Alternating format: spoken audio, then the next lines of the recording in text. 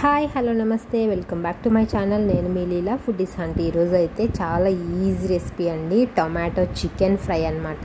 చాలా టేస్టీగా ఉంటుంది. దీనికోసం అయితే 3 టేబుల్ స్పూన్స్ దాకా ఆయిల్ తీసుకొని అందులోకి కొంచెం సాల్ట్ వేసేసి పసుపు వేసేసి సన్నగా కట్ చేసుకున్న టమాటోలు ఆనియన్స్ని అయితే వేసేసి దీన్ని మూత పెట్టేసి ఒక 5 మినిట్స్ అయితే మగ్గించుకోవాలండి. ఈ ప్రాసెస్ మగ్గిన తర్వాతనే మనకు మిగిలిన ప్రాసెస్ అయితే స్టార్ట్ అయిపోతుంది. చాలా టేస్టీగా ఉంటుంది. మనం ఇది అప్పటికప్పుడు తినడం కంటే కూడా కొంచెం చల్లారిన తర్వాత, లేదు మార్నింగ్ చేసుకొని ఈవినింగ్ టైంలో తిన్నామంటే చాలా టేస్ట్ అనేది రెట్టింపు అవుతుంది. ఇది కొంచెం మగ్గిన తర్వాత ఇందులోకి జీలకర్ర వేసేసుకొని సన్నగా కట్ చేసుకున్న జీడిపప్పును అయితే వేసేసుకోవాలి. దాని తర్వాత చికెన్ని కడిగి పెట్టుకున్నటువంటి చికెన్ని ఇందులో వేసేసుకోవాలి. నేను ఇక్కడ 1/2 కిలో చికెన్ అయితే చేస్తున్నానండి. చాలా చాలా రుచికరమైనటువంటి రెసిపీ అన్నమాట. తప్పకుండా మీరు కూడా ట్రై చేయండి. చాలా బాగుంటుంది టేస్ట్ మాత్రము. మనం ఏం ఇంగ్రీడియంట్స్ వేయాల్సిన అవసరం లేదండి. ఇది ఆయిల్లోనే మగ్గిపోతుంది. మనకు వాటర్ కూడా పట్టదనమాట. చికెన్లో ఉన్నటువంటి వాటర్ అంతా బయటికి వచ్చేసిన తర్వాత ఈ విధంగా దగ్గర పడుతుంది. మనకు నూనె తేలుతూ ఉంది కదా, ఆ విధంగా అయితే నూనె తేలుతుంది. దీన్ని మూత పెట్టేసుకొని ఒక 5 మినిట్స్ బాగా దగ్గర పడనిచ్చేస్తే సరిపోతుందన్నమాట.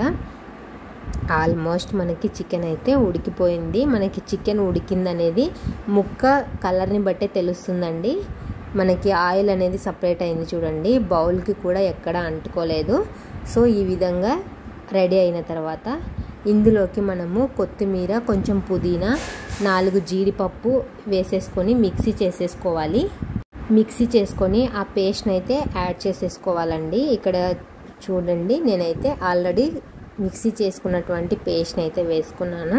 ఇది వేసుకున్న తర్వాత కొంచెం ధనియాలు, అలాగే ఎండు కొబ్బరి, షాజీరా, చెక్క, లవంగాలు అన్నీ కలిపి పౌడర్ అయితే రెడీ చేసి పెట్టేసుకొని దీన్ని కూడా ఇందులోకి వేసేసుకోవాలి. ఇవన్నీ నేను మీకేమీ చూపించలేదు. నేను ఇక్కడ చెప్పినవన్నీ అక్కడ వేసేసి పౌడర్ చేసి పెట్టుకున్నాను. ఇంతే అండి. మనకి ఇది వేసుకున్న తర్వాత ఒక 2 మినిట్స్ కలుపుతూ అటు ఇటు ముక్కలని కదిలిచ్చేసి ఫైనల్గా కారం అయితే నేను ఇక్కడ చాలా ఎక్కువగానే వేసానండి. మనకి ఇది స్పైసీగా ఉంటేనే బాగుంటుందన్నమాట. 1/2 కిలో చికెన్లోకి నేను ఒక పెద్ద స్పూన్ కారం అయితే తీసుకున్నాను. మీ టేస్ట్ని బట్టి మీరైతే కారం యాడ్ చేసేసుకోండి. దీన్ని ఒక 2 మినిట్స్ మనం కలుపుతూ మగ్గించుకుంటే ఈ పచ్చివాసన లేకుండా కర్రీ అనేది రెడీ అయిపోతుంది. ఇది మనకు ఒట్టిగా తినడానికి చాలా బాగుంటుందండి. చల్లారిన తర్వాత తినండి, చాలా చాలా మంచి టేస్ట్ అయితే వచ్చేస్తుంది. ఆల్మోస్ట్ మనకైతే ఈ రెసిపీ రెడీ అయిపోయింది. తప్పకుండా మీరు కూడా ట్రై చేసి ఎలా వచ్చిందో కామెంట్ సెక్షన్లో అయితే కామెంట్ చేయండి. వీడియో నచ్చితే లైక్ చేయండి, షేర్ చేయండి. Thank you so much for watching. Thank you.